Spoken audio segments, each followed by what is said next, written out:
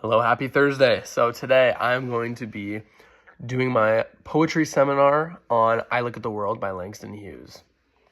So first of all, it's spoken by a black man living in 1930 through the Jim Crow era, featuring a lot of like segregation and black oppression.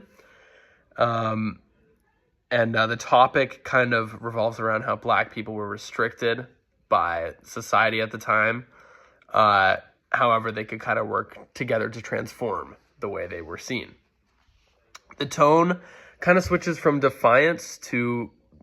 defiant to being hopeful. And it's evident when the speaker switches from recognizing the limits imposed by racism to believing that he can take action.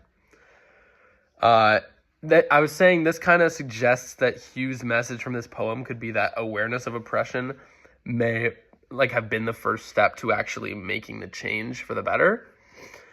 Yeah, and then we look at structure. So in this line, awakening eyes in a black face kind of shuts down hope. And then it goes straight to dark eyes in a dark face. And then the poem here, we can see, so that's the difference between the first kind of section and then the second section in there. And then from there, it starts to build into a happier structure. Like the structure it starts off with that defiance in the tone where it's kind of like darker. And then it starts to blend in with being with his group and realizing that these walls oppression builds has to go. That's the end of that second chunk there when he starts to realize that the change is in his own hands, right? And I see in my own hands what my own hands can make, the world that's in my mind. So then you can see in the structure it starts to change and gets better. So the purpose of this poem, I think it was written to highlight hope. It proves its strength.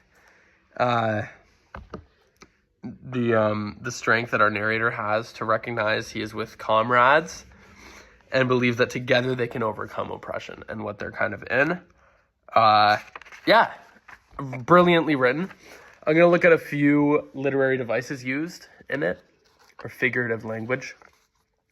So I think the road to find, that final line, the road isn't literal. It's a symbol for better times ahead, kind of like a path towards freedom and equality. And then you look at some imagery in blackface, dark eyes, and the fenced-off narrow space. Paints that picture. We can see it. We can envision it. Personification in walls, oppression builds. They're not literally building oppression, the walls, but I also saw that as a metaphor for segregation and discrimination, because the walls are literally separating the white people from the black people. And that's my take on this amazing poem by Langston Hughes. Thank you very much.